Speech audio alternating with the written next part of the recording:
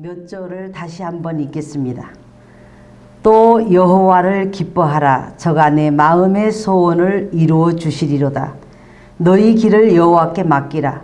저를 의지하면 저가 이루시고 내 의를 빛같이 나타내시며 내 공의를 정오의 빛같이 하시리로다. 이 말씀에 의지해서 여호와께 맡기라라는 제목으로 하나님 말씀에 몇 가지로 은혜를 나누고자 합니다. 하나님께서는 우리의 모든 것을 맡아주십니다. 부모가 자녀를 위하여서 할 수 있는 한 모든 것을 책임지고 다 보살펴 주는 것처럼 창조주 하나님께서도 우리의 모든 것들을 다 맡아서 우리를 인도하시는 것입니다. 오늘 이 말씀을 기록들을 찾아보면서 우리를 인도하시는 것을 어떻게 이끌어 가시는가 신앙에 함께 유익을 얻고자 합니다. 첫째, 오늘 본문 말씀에서 너의 행사를 맡기라 하는 말씀이 나옵니다. 우리의 행사를 여호와께 맡기면은 하나님이 이루어 주십니다. 우리가 기도하고 간구하던 것이 우리 기도대로 이루어지지 않을 때도 많이 있습니다. 그럴 때 생각하기를 우리의 기도를 하나님이 안 들으셨는가 이렇게 생각을 하게도 됩니다. 그러나 사실은 지나놓고 생각해 보면은 그때의 그 기도를 안 들은 것이 얼마나 큰 축복인가를 또 생각하게 됩니다. 어떤 시인의 말처럼 내가 원하는 대로는 다 이루어지지 않았지만은 내가 희망하던 것들은 다 하나님이 들어주시지 않은 것이 없었다. 이런 얘기를 제가 읽은 기억이 납니다. 잠언 16장 3절에 보면은 너희 행사를 여호와께 맡기라. 그리하면 너희 경영하는 것이 이루리라. 우리가 이루고자 하는 모든 대소간의 일들을 하나님께 맡기면은 우리의 경영하고자 하는 모든 일들을 하나님께서 이루어 주신다는 것입니다. 또 여호와를 경외하고 그 도를 행하는 자마다 복을 받도록 하나님은 축복을 하십니다. 시편 128편 1절부터 2절에 보니까 여호와를 경외하며 그 도에 행하는 자마다 복이 있도다. 내가 내 손에 수고한 대로 먹을 것이라. 내가 복되고 형통하리로다 그랬습니다. 욥은 일찍이 모든 행사를 하나님을 우선으로 해서 행했던 것을 볼 수가 있습니다. 욥기 1장 5절에 보니까 그가 평상시에 환난을 당하기 전에 했던 일들이 이렇게 기록하고 있습니다. 그 잔칫날이 지나면 욥이 그들을 불러다가 성결케 하되 아침에 일어나서 그들의 명수대로 번제를 드렸으니 이는 욥이 말하기를 혹시 내 아들들이 죄를 범하여 하나님으로 마음으로 하나님을 배반하였을까 함이라. 욥의 행사가 항상 이러하였더라. 욥은 좋은 일이든 굳은 일이든 또 복된 일이든 그가 축제일을 만났던 하나님을 잃어버리는 일이 있을까 봐서 그 자녀들의 수요대로 하나님 앞에 번제를 드렸다고 했습니다.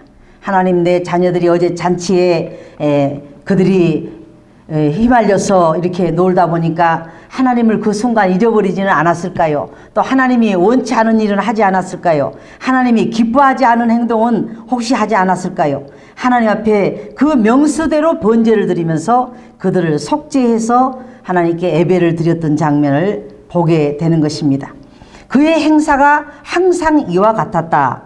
그와 같이 하나님은 그를 인정해 놓고도 욥에게 또한 인간사를 살아가면서 어려움은 그에게 찾아왔습니다. 우리는 너무나 잘 아는 일이지만은 애굽으로 팔려갔던 요셉이 다시 바꿔 말하면은 그 아버지 야곱과 같이 있는 한은 애굽의 국무총리는 평생 가야 지낼 수가 없습니다. 그래서 하나님께서는 야곱이 기른 것보다도 하나님이 기르기 하여서 요셉을 애굽으로 끌고 가십니다. 끌고 가셔서 이제는 요셉이 그가 보디발의 집에서 가정총무를 맡아서 국무총리의 가정에서 모든 것을 관리할 정도면은 그는 애굽에 와서 성공할 만큼 성공한 것입니다. 거기에서 이제 안착이 돼가지고 이만하면 먹을 것도 해결되고 이만하면 내가 먹고 자는 것도 해결되고 이제 모든 거 다 해결됐으니 충성되이 내가 봉사만 하면 되겠다. 이렇게 할 때 하나님은 그 길을 또 하나님이 다시 바꾸어 놓습니다.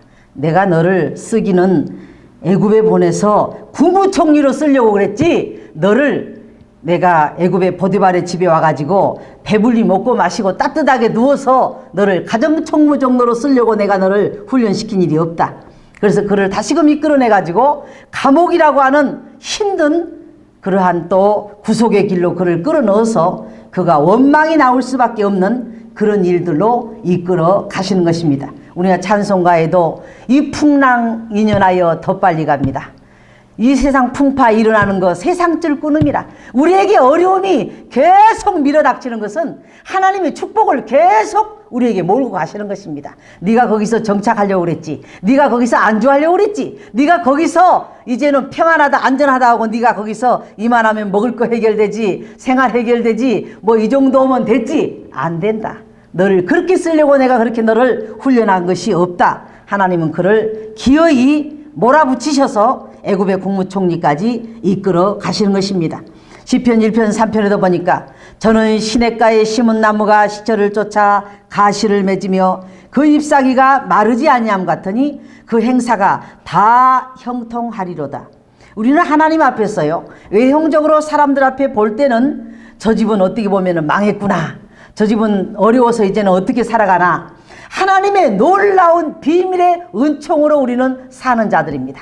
하나님의 율법의 말씀을 주시고 우리에게 밤에는 오르락내리락 하는 사닥다리를 보여주시고 하늘을 오르락내리락 하게 만드시고 하나님이 우리에게 놀라운 언약을 주셔서 지금 외형적으로 볼 때는 다리를 절뚝거리고 에서가 볼 때는 저 몸도 제대로 사용하지 못하는 자, 저가 아무리 때를 지르게 복을 받았으면 뭐 하는가, 저는 내가 긍휼히 여기고 불쌍히 여길 대상이라고 그에게 마음을 측은하게 여긴 다음에 이스라엘이라는 복으로 하나님은 야곱을 이끌어 가시고야 마는 것입니다.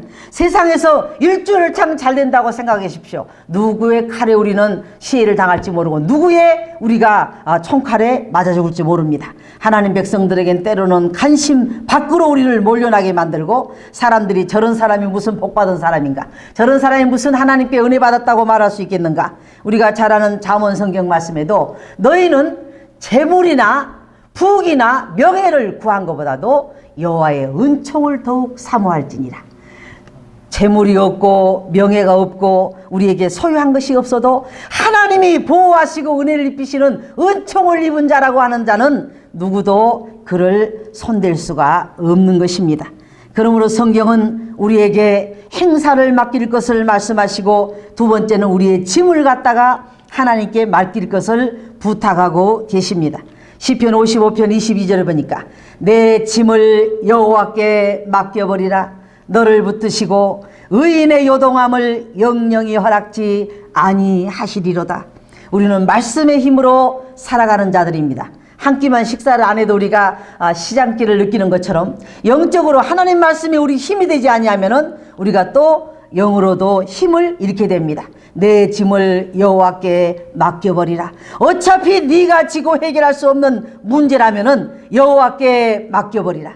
너를 붙드시고 의인의 요동함을 영영히 허락지 아니하시리로다.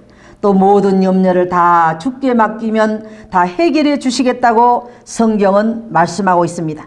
베드로전서 5장 7절에도 하나님의 능하신 손 아래서 겸손하라. 때가 되면 너희를 높이시리라.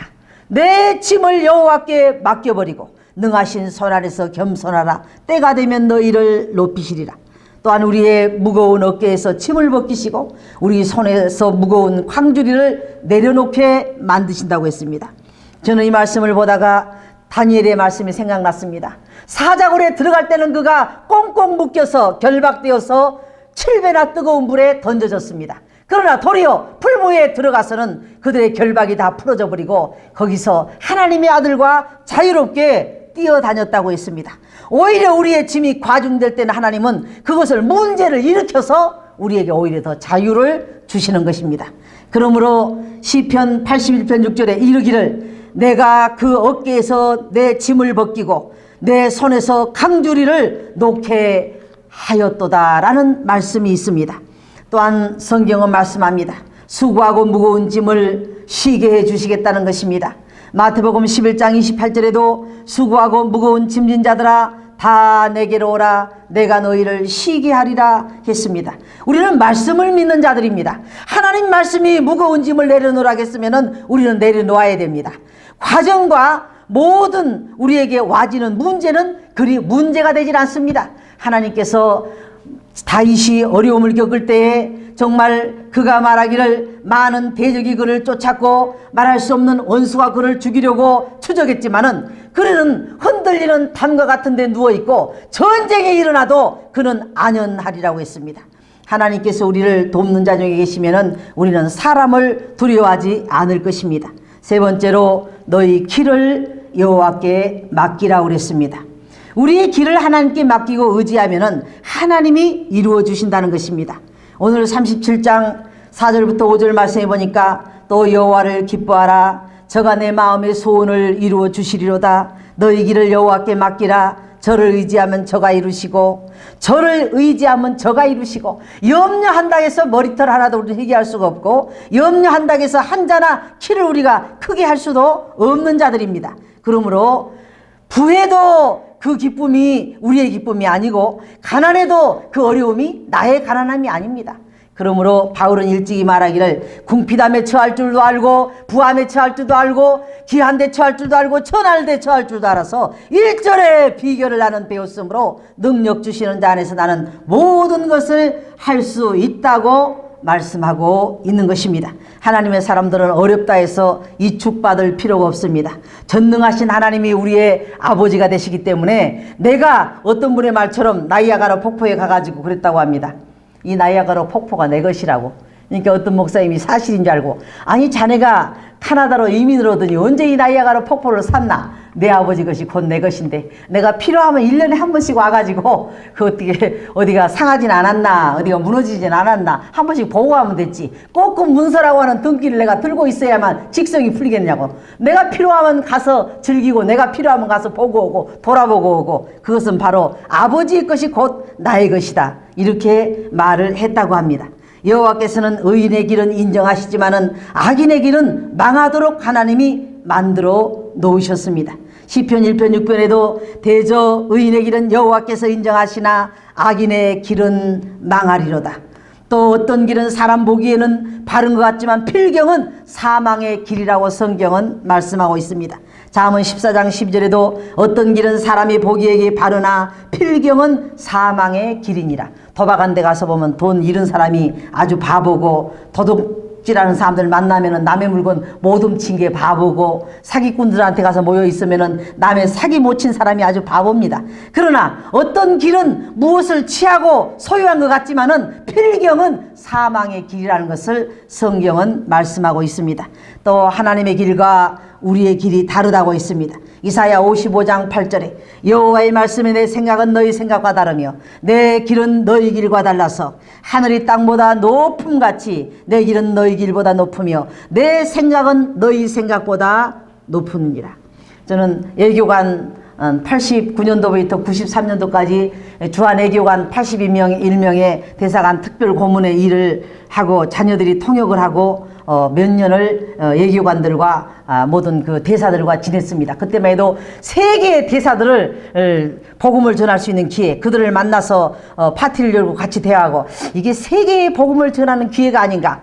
그것이 잘 되었다가 하면은 멋있는 옷이나 입고 그 대사들하고 밤낮 얘기나 하고 그러다 보니까요 이 몇 마디 영어도 잘 통해요. 또 이렇게 생활 영어로는 다 또 알아들어요. 그러다 보니까 뭐 대사들이 집으로 찾아오고 또 그들에게 기도도 해주고 그들과 같이 교류를 하다 보니까 또 결혼도 또 뭐 대사들이 또 딸을 달래요. 또 무슨 결혼을 하겠다고. 실제로 총각 대사들이 한 2군데서 나와 있었습니다. 그때는 그게 다 파악이 됐어요. 그런데도 나는 자녀를 옆에다 두고 하나님 일하겠다고 딸을 내주질 않았지요. 지금 생각하니까 아침 저녁마다 아들 딸을 같이 있으면서 야 이것도 하나님의 복이구나. 어차피 하나님께서 나에게 주신 분복이구나. 그것도 감사가 되어지더라고요. 그러니까 하나님 앞에 우리가 드려서 크게 세계적으로 나가서 나라를 일으키는 그러한 소명도 있지만은 하나님 앞에 힘을 합쳐서 노아의 가정처럼 한 배를 만드는데 같이 역사하는 걸 보면서 하나님 앞에 감사를 드리는 것입니다.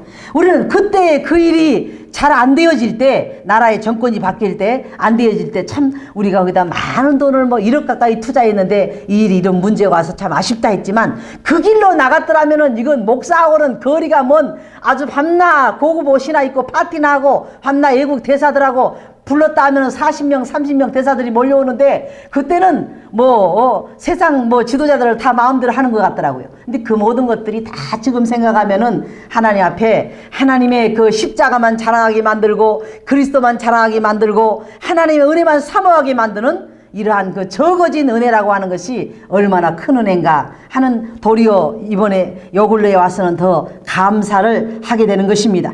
여호와의 말씀에 내 생각은 너희 생각과 다르며 내 길은 너희 길과 달라서 또 하늘이 땅보다 높은 같이 내 길은 너희 길보다 높으며 내 생각은 너희 생각보다 높으니라. 오늘의 지금 현실에 우리의 기도가 응답이 안 돼도 하나님은 더 높은 뜻을 가지고 더 높은 생각을 가지고 우리를 끌어가시기 때문에 우리는 눈에 보인 잠깐의 것과 또 눈에 보이는 주변에 일어나는 그런 것들 때문에 우리는 마음 상해할 이유가 없는 것입니다. 하나님은 더 크고 놀라운 축복을 우리에게 주시기 위하여 준비하고 계시는 것입니다.